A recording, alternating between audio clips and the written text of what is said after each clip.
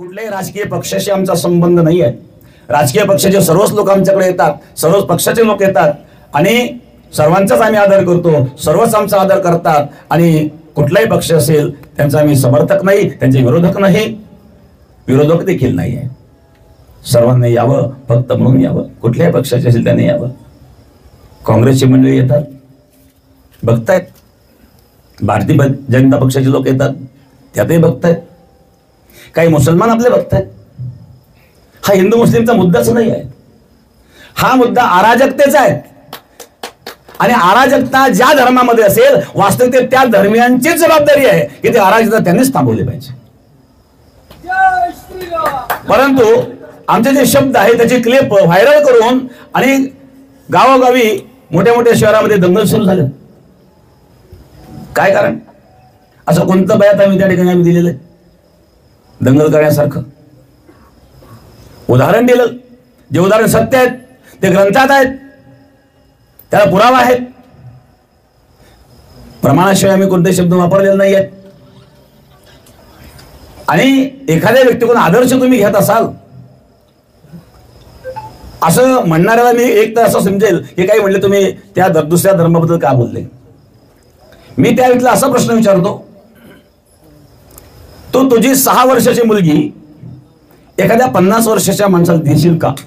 स्वतःची मुलगी। हे जर तुला अनुचित वाटतं तसं मला अनुचित वाटलं, मी ते बोललो।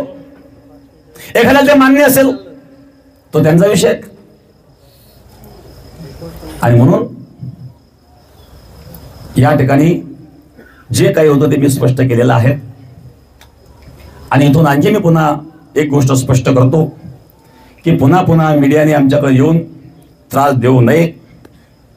जी बाजू आहे ती स्पष्ट मी मांडलेली आहे आणि त्या विषयावर मी ठाम आहे। काही लोकांनी मला असाही प्रश्न विचारला, तुम्ही माफी मागणार का? माफी मागण्यासारखं आम्ही काही केलेलं नाही, आम्ही काही चूक केलेली असं आम्हाला वाटत नाही। ज्याला वाटत असेल तो त्यांचा प्रश्न आहे। काहींनी प्रश्न असा विचारला की तुमच्यावर काही FIR दर्ज झालेले आहेत।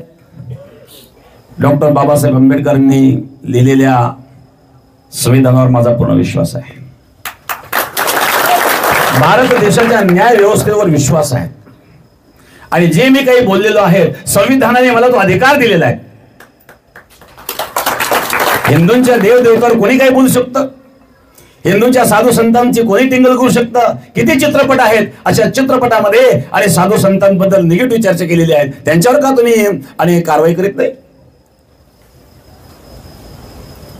कोणी असू द्या, कोणी कोणाच्या धर्माच्या विरुद्ध कधी बोलू नये, प्रत्येकाचा आदर असेल, परंतु प्रत्येकाचा कुठल्या गोष्टीकडे पाहण्याचा एक दृष्टिकोन असतो आणि जो दृष्टिकोन असतो तो दृष्टिकोन आम्ही या ठिकाणी मांडला।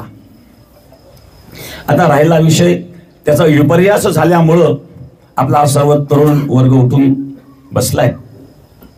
आपल्याला अनुचित प्रकार काही करायचे नाही आहेत, परंतु ज्या ज्या ठिकाणी चुकीचे अशा प्रकारचे प्रकार घडले, दगडफेक झाली, मारामाऱ्या झाल्या, कोणी वेगवेगळ्या प्रकारचे पोस्ट केलेत, वैजापूरला देखील मोर्चा वगैरे झाला असेल। हा, यांना पण पायाला लागलंय। काय तुमचं नाव?